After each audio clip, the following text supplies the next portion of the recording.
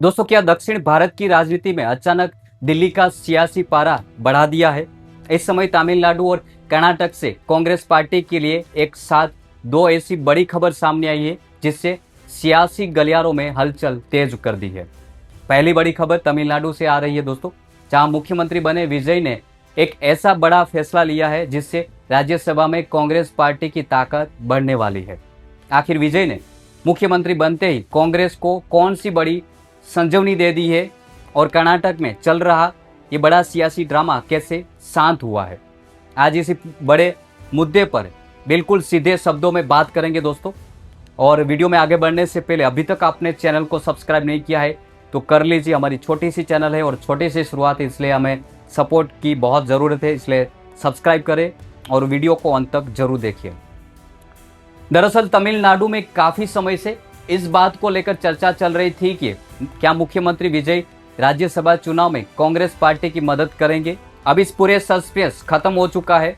विजय की पार्टी ने ऑफिशियली बयान जारी करके 18 जून को होने वाले राज्यसभा चुनाव के लिए अपनी एक सीट सहयोगी पार्टी कांग्रेस को देने का ऐलान कर दिया है। दोस्तों, जब इन दोनों पार्टियों के बीच गठबंधन हुआ था तब भी यह तय हो गया था कि राज्य के चुनाव हो या दिल्ली के, दोनों पार्टियों मिलकर लड़ेंगी। विजय ने इस फैसले में कांग्रेस आला कमान को साफ मैसेज दे दिया है कि राज्य में आपने हमारा साथ दिया तो केंद्र में हम आपके हाथ मजबूत करेंगे। यह एक सीट इस समय कांग्रेस पार्टी के लिए बहुत मायने रखती है। दोस्तों, आप सब जानते ही है कि इस वक्त राज्यसभा में बीजेपी अपनी ताकत लगाकर बढ़ा रही है और विपक्ष के कई सांसद टूटकर पाला बदल रहे हैं। ऐसे मुश्किल समय में कांग्रेस के लिए एक एक सीट का बढ़ना बहुत बड़ी राहत की बात है।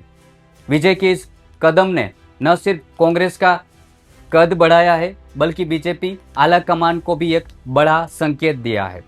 लेकिन अब सबसे बड़ा सवाल यह है कि इस सीट में कांग्रेस किस बड़े नेता को दिल्ली भेजने वाला है। अब बात करते हैं उस सबसे बड़े सस्पेंस की कि आखिर तमिलनाडु की इस राज्यसभा सीट से दिल्ली कौन जाने वाला है। दिल्ली के सियासी गलियारों से और खबरें छनकर सामने आ रही है। उसके मुताबिक कांग्रेस पार्टी इस सीट में कर्नाटक के पूर्व मुख्यमंत्री सिद्धार्थ मौर्य को उम्मीदवार बना सकती है। आप सबको याद होगा कि कर्नाटक में अभी भी हालत बड़ा सियासी उलटफेर हुआ है, जहां सिद्धार्थ मौर्य ने मुख्यमंत्री पद से इस्तीफा दिया है।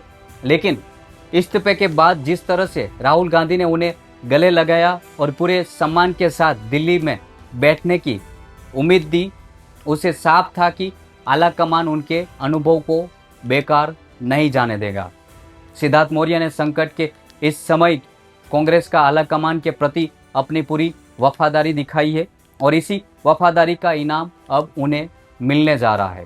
कांग्रेस ने पहले ही उन्हें अपनी सबसे बड़ी कमेटी यानी कांग्रेस कार्य समिति का सदस्य बनाकर बड़ा सम्मान दिया।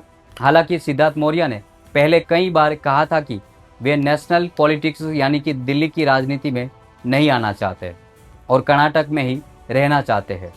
लेकिन अब बदलते हुए हालात में विजय की तरफ से मिली इस राज्यसभा सीट को देखकर कांग्रेस पार्टी हर लिहाज में सिद्धार्थ मौर्य को एक बड़ा सम्मान देने की तैयारी में है।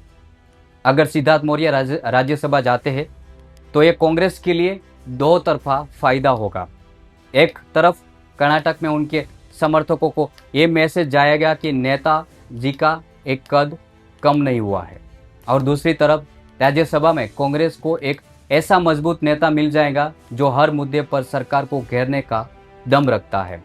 वैसे भी इस वक्त राज्यसभा के भीतर विपक्ष के लिए एक एक सांसद बहुत कीमती हो चुका है। एक ही दिन में दक्षिण भारत में आए इन दो अच्छी खबरों ने कांग्रेस कार्यकर्ताओं में एक नया जोश भर दिया है। एक तरफ कर्नाटक में सरकार का काम रुचारू शुरू हो गया है और दूसरी तरफ तमिलनाडु में मुख्यमंत्री विजय ने राज्यसभा की सीट देकर गठबंधन में धर्म को पूरी तरह से मजबूत से निभाया है। दक्षिण भारत का यह पूरी परिदृश्य आने वाले दिनों में देश की राजनीति को एक नया मोड़ दे सकता है। विजय के इस कदम ने यह साफ कर दिया है कि वे आने वाले समय में राष्ट्रीय राजनीति में कांग्रेस के एक बहुत बेहद भरोसेमंद साथी साबित हो चुके हैं। इस पूरे घटनाक्रम पर आपका क्या कहना है? हमारे पास जो भी खबर थी वो आपके सामने रखी। अभी अभी हमारी शुरुआत थी, इसलिए छोटी बहुत गलती होती रहती, इसलिए इन गलती को नज़रअंदाज करें और हमारी चैनल को सपोर्ट जरूर कीजिए। हम पूरी कोशिश करेंगे आप तक सही और निष्पक्ष जानकारी पहुंच पाए।